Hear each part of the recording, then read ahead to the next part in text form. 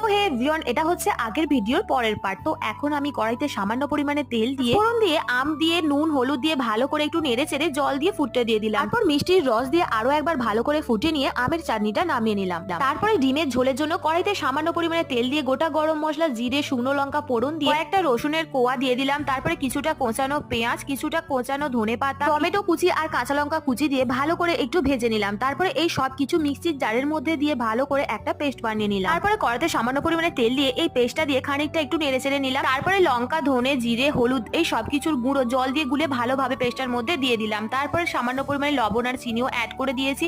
ভেজে রাখা আলু আর ডিমগুলো দিয়ে ভালোভাবে কুক হতে দিলাম। তো তারপরে আমি চলে এলাম চুলে হেনা প্যাকটা মাখার জন্য। যেহেতু হেনাটা মেখে কিছুক্ষণ রাখতে হবে সেই জন্য হেনাটা আমি মেখে নিলাম। তারপরে ডিম আলু ঝোলটা ওইদিকে হয়ে গিয়েছিল, ওটা নামিয়ে নিলাম। আর তারপরে বেগুনের ভর্তার জন্য বেগুনটাকে ভালো করে পুড়িয়ে নিয়ে বেগুন কাঁচা লঙ্কা পেঁয়াজ ধনেপাতা টমেটো সবকিছু একসাথে ভালো করে মেখে নিলাম। আজ ভিডিওটা এই পর্যন্ত।